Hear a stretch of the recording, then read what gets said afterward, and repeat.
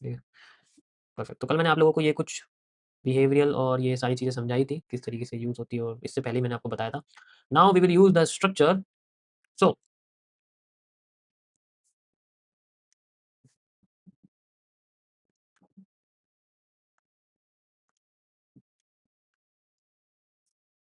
so we are on the new topic that is known as the directional analysis. ठीक है, और ये बहुत इंपॉर्टेंट है क्योंकि एंट्री से पहले you will need a direction, और इसको हम लोग बोलते हैं आसान भाषा में बायस। ठीक है, देखो ये डायरेक्शन जो है ना बहुत इंपॉर्टेंट होती है, आपको पता होना चाहिए कि ऑलरेडी मैं पूरे, अगर मैं एक ट्रेंड के साथ चल रहा हूँ तो I have to be with the trend. जब तक वहाँ पर मेरा किसी भी तरीके का फास्ट मूव रिवर्स में नहीं आता, तब तक मैं उस डायरेक्शन के साथ हूँ। तो direction analysis is step one when solving the market. ठीक है, सबसे पहले ये देखते हैं। तो डायरेक्शन के लिए हम लोग यूज़ करते हैं टाइम फ्रेम्स का। तो इससे पहले मुझे आपको बताना पड़ेगा टाइम फ्रेम के बारे में। तो step one is based on the world of time frames का। ठीक है, सारा खेल इन्हीं के ऊपर डिपेंड करता है। देखो टाइम फ्रेम्स ना कई तरीके से एनालाइज किए जाते हैं। मतलब जैसे मैं अगर आपसे बोलूँ कि अ, जैसे सबसे पहले एनालाइज किए जाते हैं कैपिटल बेस्ड। ठीक है, कैपिटल के बेसिस पे एनालाइज किए जाते हैं। दूसरे एनालाइज किए जाते हैं प्राइस के बेसिस पे, यानी कि आप इसे वॉल्यूम के बेसिस पे भी कह सकते हो। ठीक है, अभी ये दोनों सबसे इंपॉर्टेंट है। कैपिटल के बेसिस पे कैसे, जैसे अगर मान लो आपकी जो कैपिटल है वो लो कैपिटल है, यानी कि लेस देन, अगर आपकी कैपिटल लेस देन $100 है मान लीजिए, तो आप जो रिस्क मैनेजमेंट यूज़ करोगे, यानी कि जो आप टाइम फ्रेम यूज़ करोगे, वो होते हैं मिनिमम टू मिनिमम 1 मिनट से लेकर 15 मिनट्स तक, या 30 मिनट्स तक की अगर मैं बात करूँ। और अभी अभी मैं बात कर रहा हूँ इनके अंदर पेयर्स में, यानी कि एफएक्स पेयर जो होते हैं, जैसे जीबीपी, एनजेटी, इन सब की मैं बात कर रहा हूँ। तो उनके अंदर ये जो कैपिटल है, इसके बेसिस पे एनालिसिस किए जाते हैं। इससे बड़े टाइम फ्रेम पे नहीं जा सकते आप। ठीक है? उसके बाद जिनका कैपिटल ज़्यादा होता है इससे, मान लीजिए $500 होता है, या फिर उससे भी ज़्यादा होता है, $5000 होता है। तो ऐसे में जो टाइम फ्रेम शुरू होते हैं, वो छोटे पे भी कर सकते हैं, बट छोटे पे रिकमेंड नहीं होना चाहिए। मिनिमम टू मिनिमम 5 मिनट्स, और मैक्स टू मैक्स आप 4 आवर का भी यूज़ कर सकते हैं। बट वीकली यूज़ नहीं कर सकते। डेली और वीकली नहीं, यानी कि जैसे पूरे साल में आपको 2 ट्रेड चलनी है, तो आप इस कैपिटल से नहीं चल सकते। You will need a larger capital और लार्जर टाइम फ्रेम। ओके, समझ आया? So this is the capital based time frames जो हम यूज़ करते हैं। दूसरा वॉल्यूम बेस्ड आता है। वॉल्यूम में आपको ऊपर की जो चीज़ें मैंने बताई है वो समझ में आएगी, अगर वॉल्यूम समझ लोगे तो। तो वॉल्यूम बेस्ड होता है इस तरीके से कि अगर मान लीजिए किसी का प्राइस, जैसे मैं आपसे बोलूँ 30 मिनट्स के टाइम फ्रेम पे अगर मैं गोल्ड की बात करता हूँ, तो यहाँ पर मुझे जो एसएल है, यानी कि जो रेंज मैं बोलता हूँ, अगर मैं अभी मैं प्राइस रेंज की बात करूँ, ध्यान से सुनना, ये वर्ड बहुत इंपॉर्टेंट, आगे जाके आपको समझ आएगा। जो प्राइस रेंज है वो मिलता है हमें 30 मिनट्स में 1000 से 3000 पॉइंट्स के बीच का। मैं पॉइंट्स में कैलकुलेट करता हूँ, पिप्स में नहीं करता हूँ। पिप्स में करने वाले को आता ही नहीं है कुछ। 30 मिनट्स। ओके, और अगर मैं इसी का ही, क्योंकि इसके अंदर हाई वॉल्यूम होता है, ठीक है, इसके अंदर हाई वॉल्यूम होता है, हाई वॉलेटिलिटी होती है, मूवमेंट बहुत ज़्यादा होती है, इस वजह से इसमें ज़्यादा पॉइंट्स होते हैं बड़े टाइम फ्रेम पे। ठीक है, इन केस अगर मान लीजिए मैं आपको, अब अगर आपको बोलूँ जीबीपी यूएसडी, या फिर मैं आपसे बोलूँ यूरो यूएसडी, देन इस टाइम फ्रेम पे आपको मैक्स टू मैक्स कितने मिलेंगे? 200 से 500 पॉइंट के रेंज। साइड में जब चार्ट देखोगे ना, वो दिखा आता है कि 1.2000, 1.2400, इस तरीके से जो लिखा आता है। तो रेंज होती है चार्ट को जब छोटा-बड़ा करते हैं ऊपर से, उस तरीके की रेंज क्रिएट होती है। तो अब आप टाइम फ्रेम के बेसिस पे, अब आपको पता है कि 30 मिनट्स में अगर मुझे 50 पॉइंट का एसएल चाहिए, तो आई हैव टू यूज़ या अदर पेयर और decrease the time frame in pair. तो अब मुझे टाइम फ्रेम को कम करना है। मुझे सिर्फ 50 पॉइंट का यहाँ पर, ठीक है? मुझे बस 50 पॉइंट का यहाँ पर स्टॉप लॉस चाहिए। This is it. ये इसका सबसे मेन है। समझ आया सबको? समझ आया? यही है। ये समझ लिया तो वॉल्यूम और टाइम फ्रेम्स के बीच में समझ में आ जाएगा कि टाइम फ्रेम कौन-सा सेलेक्ट करते हैं, कैपिटल के बेसिस पे भी और उसके साइज़ के बेसिस पे। ठीक है। Brother why don't you become rich yourself through trading? मैं ऑलरेडी रिच हूँ भाई, मेरे पास सब कुछ है। ठीक है। You know what I have time, I can do anything, any time, anywhere, समझे? सो अगर मैं आपसे बोलूँ कि यहाँ पर वॉल्यूम मेरे को कम है, इन केस मान लीजिए मेरे पास वॉल्यूम यहाँ पर कम है, low volume, very low volume, very low volatility, तो ऐसे केस में मुझे टाइम फ्रेम को बढ़ाना पड़ता है इन पेयर्स, ठीक है? मुझे टाइम फ्रेम को बढ़ाना पड़ता है इन पेयर्स। जैसे मान लीजिए मैं यूरो यूएसडी की अगर बात करूँ और मेरे को चाहिए 200 या मान लीजिए मुझे चाहिए 2000 पॉइंट का स्टॉप लॉस, तो मैं 30 मिनट के टाइम फ्रेम पे ले ही नहीं सकता। I have to increase it, मुझे 4 आवर पे जाना पड़ेगा और अगर मैं 4 आवर पे जाता हूँ, तो मेरे 2000 पॉइंट का स्टॉप लॉस मैं ले सकता हूँ अपनी कैपिटल के हिसाब से। यानी कि मुझे कैपिटल में मेरे पास बड़ी capital larger than $100, larger than $500, ठीक है? तो उसमें मैं इसको यूज़ करूँगा। अगर मेरे पास कैपिटल छोटी है तो मैं इतने बड़े पॉइंट्स लूँगा ही नहीं पहली बात तो। मैं छोटे पॉइंट अगर मैं कैपेबल हूँ कि मुझे सिर्फ़ 20 पॉइंट का स्टॉप लॉस ही मैं ले पाऊँगा, ठीक है? अगर मैं 20 पॉइंट का स्टॉप लॉस ले पा रहा हूँ, तो मुझे वो टाइम फ्रेम यूज़ करना पड़ेगा जिसमें जो रेंज है वो 20 पॉइंट है। एग्ज़ाम्पल के लिए, ठीक है? एग्ज़ाम्पल के लिए आई विल शो यू, यहाँ पर मैं आपको शो करता हूँ, पॉइंट कैसे पता चलेंगे आपको, ठीक है? जैसे ये मान लो यहाँ पर हमारे पास में, ठीक है? जैसे अभी मैं 1 मिनट पे हूँ, मैं अभी आपको यूरो यूएसडी में लेके चलता हूँ, ठीक है? If you can see the euro USD, मैं 20 पॉइंट का ऐसे ले सकता हूँ और मैं यहाँ पर अगर आपको दिखाऊँ, तो अगर मैं मान लीजिए यहाँ पर मेरी एक ट्रेड है, जो मेरी बन रही है यहाँ पर, ठीक है? जैसे मान लीजिए मेरी एक ट्रेड है, मेरी यहाँ बन रही है तो मेरे को 20 पॉइंट का एसएल चाहिए, 20 पॉइंट और मेरे को 1:2 निकालना है, ठीक है? तो इस टाइम फ्रेम के हिसाब से मेरा यहाँ पर जो 20 पॉइंट्स हैं, वो यूज़ हो रहे हैं। यानी कि ये टाइम फ्रेम फिक्स है, मैं इसमें कर सकता हूँ। लेकिन अगर मैंने टाइम फ्रेम बढ़ा दिया, 5 मिनट्स में चला गया, तो अब मेरे जो कैंडल का साइज़ है, वो इतना है ही नहीं। मुझे यहाँ पर मिनिमम से मिनिमम इतना स्टॉप लॉस लेना पड़ेगा क्योंकि कैंडल के साइज़ेज़ बढ़ गए हैं। कैसे पता लगेगा? ये साइड में रेंज देखो, आपको रेंज दिख रही है? 10 पॉइंट, मैं थोड़ा छोटा कर देता हूँ, 20 पॉइंट, 20-20 पॉइंट का यहाँ पर रेंज है। तो रेंज बढ़ती चला, अब मैं टाइम फ्रेम को यहाँ पर 30 मिनट कर दूँगा ना, तो 20 पॉइंट था ना? इफ यू कैन सी, मैं यहाँ पर थोड़ा-सा इसको चार्ट को ऐसे कर देता हूँ। ये देखो 50 पॉइंट थोड़ा-सा और कर दूँगा ना, 100 पॉइंट हो जाएगा। तो रेंज बढ़ती रहती है। जैसे हम चार्ट में टाइम फ्रेम में बढ़ते हैं, ये रेंज बढ़ती रहती है। तो इस रेंज के बेसिस पे हम लोग टाइम फ्रेम को सेलेक्ट करते हैं कि मुझे रेंज 100 पिप के डिफरेंस की नहीं चाहिए, 100 पॉइंट के डिफरेंस की नहीं चाहिए, 10 पॉइंट के डिफरेंस की चाहिए। तो I will use the lowest time frame. अब यहाँ पर मैं लोएस्ट टाइम फ्रेम पे आता हूँ, मुझे ज़ूम करना पड़ेगा जिससे मेरा चार्ट ऑलरेडी ओपन। अब यहाँ पे मेरे 20 पॉइंट का डिफरेंस आ गया। इसका मतलब this is the time frame which I have to use for my capital, ठीक है? This is the time frame which I have to use for my capital. Got it? अब जैसे मान लीजिए मेरा 20 पॉइंट का स्टॉप लॉस है। मैं कहता हूँ मेरा अब यहाँ पर मैं 200 पॉइंट का स्टॉप लॉस लूँगा, तो मैं इसमें नहीं ले सकता। मेरे पास समय भी कम है लेकिन मुझे 200 पॉइंट का स्टॉप लॉस भी लेना है। तो अब मैं 200 पॉइंट का स्टॉप लॉस के लिए मुझे 2 आवर के टाइम फ्रेम पे जाना पड़ेगा। अब मैं 2 आवर के टाइम फ्रेम में चला जाता हूँ मान लीजिए। अब यहाँ पर मेरे पास 100 पॉइंट का स्टॉप 100 पॉइंट की रेंज आ रही है, 200 पॉइंट की इतने इतने छोटे पे हो जाएगी, ऐसे थोड़ी चलूँगा मैं। कम से कम आइडियल जो साइज़ है, जैसे मैंने रीसेट चार्ट व्यू कर दिया। If you can see there is a 200 point stop loss, लेकिन जब मैं थोड़ा-सा ज़ूम करूँ जो मुझे एंट्री मिलेगी, यहाँ मुझे 100 पॉइंट का दिखेगा और टाइम फ्रेम बहुत बढ़ गया। मुझे 2 आवर में नहीं करनी है एंट्री, मुझे 5 मिनट में या 15 मिनट में करनी है। तो अगर मैं 15 मिनट में एंट्री करना चाहता हूँ, 15 मिनट ही है मेरे पास, मुझे 15 मिनट के टाइम फ्रेम पे करनी है एंट्री जिसमें 200 पॉइंट का डिफरेंस हो। सो फिर I have to use that asset which has 200 point difference. तो मैं चलता हूँ सीधे मान लीजिए बीटीसी यूएसडी के पास। यहाँ मैं आया और यहाँ पर मेरे को जैसे मैंने इसको करा, यहाँ पे मेरे को 500 पॉइंट का दिख रहा है, मुझे टाइम फ्रेम कम कर देना है। मान लीजिए मैं 30 मिनट्स में आ गया। जैसे ही मैं 30 मिनट्स में आया, नाउ आई हैव 250 और 200 पॉइंट्स। अब ये आइडियल साइज़ है चार्ट का, इतना होता है, इतनी कैंडल्स होती हैं, इतना दिखाई देता है एंड देन साइड में आप देखो कितने पॉइंट का डिफरेंस है यहाँ। इफ यू कैन सी 800, 00, 200, 400, 600, 800। ये आइडियल साइज़ है। इससे ज़्यादा आप स्क्वीज़ नहीं करोगे चार्ट को, इससे ज़्यादा ज़ूम नहीं करोगे, this is ideal size. Ideal size पे आपका जो साइड का रेंज है, that will define your time frame. Got it? तो ऐसे टाइम फ्रेम सेलेक्ट किया जाता है बेस्ड ऑन माय रिस्क, जो कि मैं पॉइंट्स के बेसिस पे लूँगा। भाई मेरे 200 पॉइंट में मेरे $200 का लॉस है क्योंकि मैं 1 लॉट चलूँगा और मेरे पास टाइम भी कम है, तो मैं कम से कम टाइम फ्रेम पे चलना चाहता हूँ, ज़्यादा बड़ा भी ना हो, ज़्यादा छोटा भी ना हो। तो 15 and 30 minutes is the ideal time frame which I have to use and उस टाइम फ्रेम के हिसाब से this asset fix in my system. समझ आया? This asset fit in my system. अब मैं गोल्ड यूज़ करूँगा क्या 200 पॉइंट में, बताओ ज़रा? मेरे पास यहाँ पर गोल्ड है मान लीजिए, मैंने गोल्ड लगाया हुआ है यहाँ पर, ये गोल्ड चल रहा है मेरा, ठीक है? अब ये बताओ ज़रा, यहाँ पर 30 मिनट पे डिफरेंस कितना है? 1000 पॉइंट का। तो मेरे को थोड़ा टाइम फ्रेम में जाना पड़ेगा। मैं चलता हूँ 15 मिनट पे, 15 मिनट पे आ गया। अब यहाँ पर 500 पॉइंट का है, फिर से 1000 पॉइंट में, ये तो बहुत बड़ी कैंडल होगी, इतना तो आइडियल साइज़ होता है चार्ट का। इफ यू कैन सी यहाँ पर भी 1000 पॉइंट का है, मैं यहाँ भी यूज़ नहीं कर सकता। So which I have to use, मैं और छोटे टाइम फ्रेम में जाऊँगा 5 मिनट पे या 10 मिनट पे। यहाँ जाऊँगा तब जाके मेरे को यहाँ पर 400 पॉइंट का डिफरेंस दिख रहा है, यानी करीब-करीब अभी 500 है। I can not use this chart. मेरी कैपिटल के हिसाब से, मेरे रिस्क पॉइंट्स के हिसाब से ये चार्ट मेरे लिए नहीं बना है। तो मैं इसको इग्नोर कर दूँगा। समझ आया? तो हम अपनी कैपिटल के हिसाब से अपने पॉइंट्स को मैच करते हैं एंड देन उस पॉइंट्स के हिसाब से हम अपने चार्ट को सेलेक्ट करते हैं, कौन से चार्ट में ट्रेड करना है। ये नहीं कि सोशल मीडिया में कौन सा गोल्ड पे सीपीआई में बैठा हुआ है, उस पे साथ बैठ जाऊँगा मैं। ऐसे नहीं होता। समझ आया? तो इतने सारे जो पेयर्स हैं, these are just right, you have to just choose कि कौन सा मेरे कैपिटल के साथ मैच करता है, कौन सा मेरे पॉइंट्स के साथ मैच करता है, I have to use it. The ideal range is 200 to 500 points, हमेशा इतनी होनी चाहिए।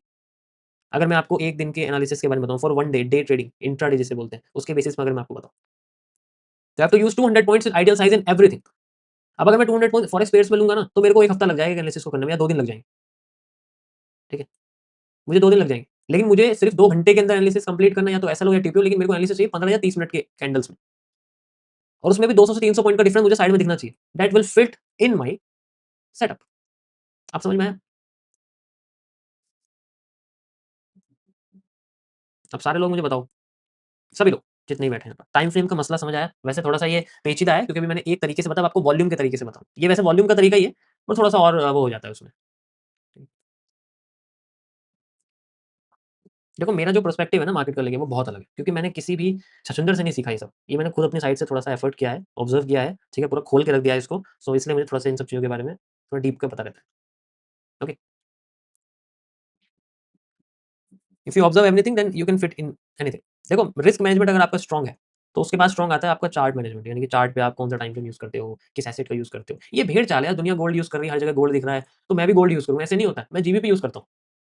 जीपी देखा किसी को यूज़ करते हैं? बहुत कम लोग करते हैं। मैं जीपी यूज़ करता हूँ। बीटीसी में भी तुम्हें हर कोई एनालिसिस करता नहीं दिखेगा, बहुत कम। तो इसीलिए भाई, जो मेरे को बेस्ट लगता है, मेरे सेटअप, मेरे कैपिटल या मेरे उसके हिसाब से, मैं वो यूज़ करूँगा। That is you have to do. Okay? So ये चार्ट बना ही नहीं हुआ मेरी कैपिटल के लिए। $100, जिसके पास $100 है ना, गोल्ड से दूर रहो, ये समझो। ये है नहीं उसके लिए, ठीक है? ये है ही नहीं। गो विद द पेयर, और कोई है ही नहीं।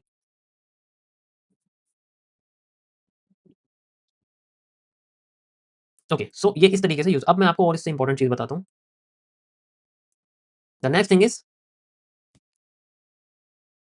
ठीक है, ये मैंने आपको अच्छे तरीके से बता दिया। वॉल्यूम बेस्ड यहाँ पर होता है कि इस तरीके से हम यूज़ करते हैं। मैक्स कैपिटल बेस्ड होता है। देखो, ये तो तब होगा जब मैं कुछ ट्रेड्स आपको इसमें करके दिखाऊँ ना, तो जब हम लोग बैक टेस्टिंग और ट्रेडिंग करेंगे, मैं सिमुलेशन करके दिखाऊँ, तो यू विल सी कि कितना लॉट, कितना कैपिटल है, फिर मैं उसको किस टाइम फ्रेम पे लेके जाता हूँ और फिर उसको किस तरीके से करता हूँ। ठीक है? देखो, सारी चीज़ 1% के बेसिस पे होती है। मेरा 1% क्या है? मेरा 1% है, मान लीजिए मेरे पास $100 है और मेरे पास 1% या 2% है $1 या $2, तो I have to use 0.01 lot. 0.01 lot लूँगा तो 100 पॉइंट पे मेरा $1 जाएगा, या 200 पॉइंट में मेरा $2 जाएगा। अब मुझे बताओ, ज़रा कौन-सा टाइम फ्रेम यूज़ करोगे? 100 से 200 पॉइंट का तो स्टॉप लॉस बैठेगा। This is your range. You have to use only 100 to 200 points in 15 to 30 minutes time frame in any of the asset, जो भी आपका फिट बैठता है। मैं उसके बेसिस पे बता रहा हूँ। कैपिटल बड़ा हो जाए, प्रॉब्लम उन्हें नहीं होती, वो किसी भी टाइम फ्रेम पे कर सकते हैं। ठीक है? तो जब यहाँ पर अब आपको टाइम फ्रेम पता लगेगी, तो we will use the arrangements. अब यहाँ पर हम लोग यूज़ करते हैं the next thing which is known as the arrangements. ठीक है?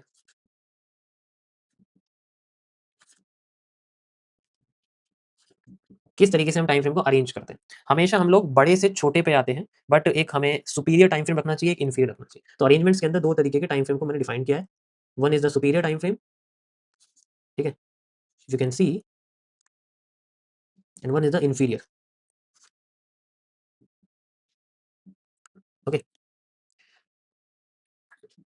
सुपीरियर में क्या होता है कि you can choose any of the time frame, like जो भी आपका एंट्री टाइम फ्रेम है, उससे हमेशा 7 या 8 गुना होता है। ठीक है? वैसे तो इतना होता है, बट इफ यू कैन सी कि हमें एक ऐसा टाइम फ्रेम चाहिए जिसमें हमें जो स्ट्रक्चर है वो उसके हिसाब से चल। तो पहली बात तो ये दिमाग दिमाग में मैं पहले बता रहा हूँ, क्योंकि ये चीज़ आपको लगेगी ये फिक्स होती है।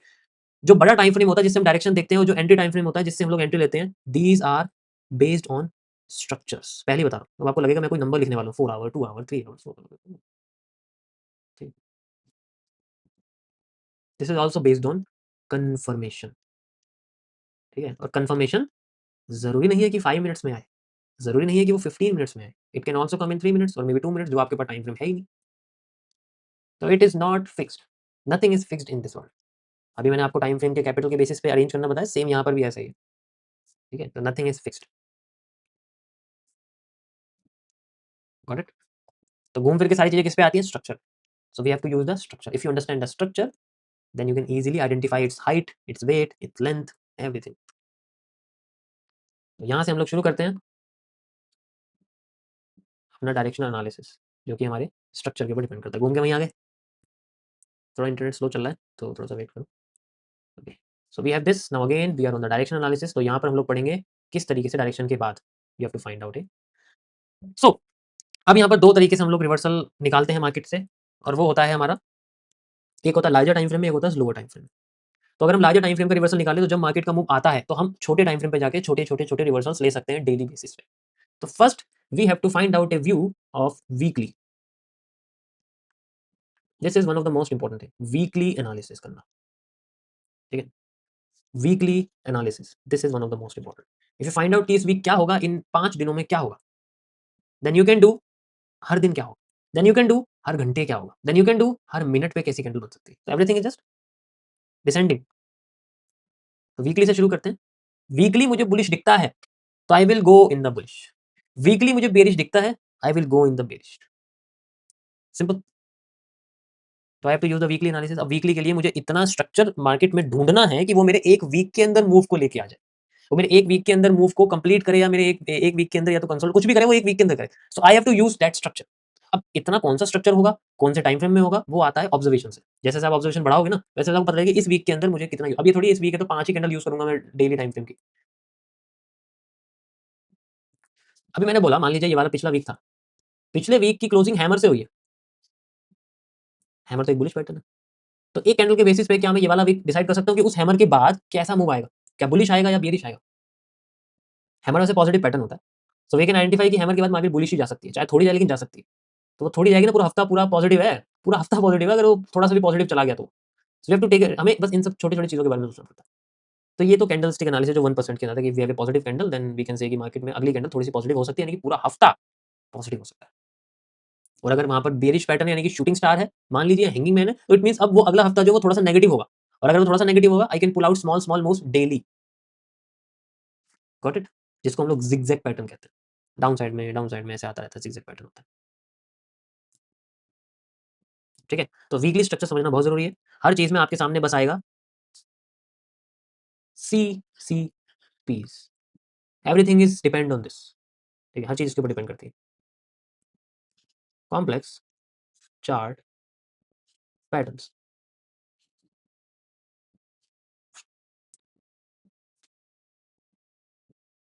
Got it? So complex chart pattern में there is only one chart जो यहाँ पर आपको सबसे ज्यादा यूज होगा। ठीक है? सबसे ज्यादा वैसे तो यही है, बट मैं चलो 2 इसके अंदर लेके आता हूँ, बाकी मैं और इसके अंदर डिटेल ज्यादा नहीं करूँ क्योंकि वो यूज नहीं होगा आपका, वो समझाना मेरे लिए waste of time and waste of knowledge है। ठीक है? तो I will use only few charts. One of the most popular is पीनेंट।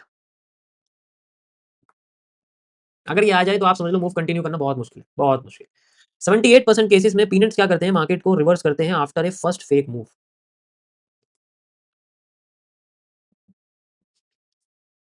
ये पीनेंट्स होते हैं। ठीक है? तो यहाँ पर क्या होता है, मार्केट मूव, अब ये ऐसे आए चाहे ऊपर से आए कैसे भी आए, अगर ये बन गया तो पहला मूव हमेशा फेक है इसका। मोस्टली 78% केसेस में ये पीनेंट क्या करेगा, अपना पहला मूव फेक लाएगा। एफएमएफआर यहाँ पर होगा, और ये हमें सबसे पहले थोड़े बड़े टाइम फ्रेम पे देखना है। अगर आपका पूरे मंथ का एक एनालिसिस सही है तो पूरा मंथ सही है। समझे मैं क्या कह रहा हूँ? अगर मंथ का एक एनालिसिस सही है ना, तो पूरा मंथ सही है फिर छोटे टाइम फ्रेम से। एग्जाम्पल के लिए अगर ये पीनेंट आया, मान लीजिए मैं आपको एक सिंपल सा यहाँ पर बताता हूँ, हम लोग चार्ट पे चलते हैं and I will show you, if you can see here. तो यहाँ पर हम लोग चलते हैं वन डे पर। मैं वन डे पर आ गया। अब वन डे में तो थोड़ा-सा भई यहाँ पर चलो मैं इसको हटाता हूँ। वन डे में थोड़े कम कैंडल्स हैं, बहुत ही कम कैंडल्स हैं। बट इफ आई से कि मई की शुरुआत होती है एंड मुझे यहाँ पर इस तरीके से मान लीजिए एक रिवर्सल मिलता है, और अगर मेरा ये वाला एरिया वर्क कर गया, मार्केट थोड़ी नीचे आ गई, पूरा महीना मेरा वर्क करेगा। एक एनालिसिस अगर वर्क करा, तो पूरा महीना वर्क करेगा। तो it's just a good one trade off monthly. 12 महीने, 12 में से अगर 6 ट्रेड भी, 6 एनालिसिस भी आपके फेवर में हैं, तो 6 के 6 के इंटरनल में you will grab everything on daily basis. ये डेली है, ठीक है? समझ आ रहा है? अभी मैं कुछ नहीं कर रहा हूँ, जस्ट मैं आपको लेवल बना के दिखा रहा हूँ। Got it? ऐसा नहीं है, फेल भी करती हैं चीज़ें, फेलियर तो हर जगह है। तो ये मत सोचना ये सब चीज़ें 100% करेक्ट है, everything is non perfect. Okay?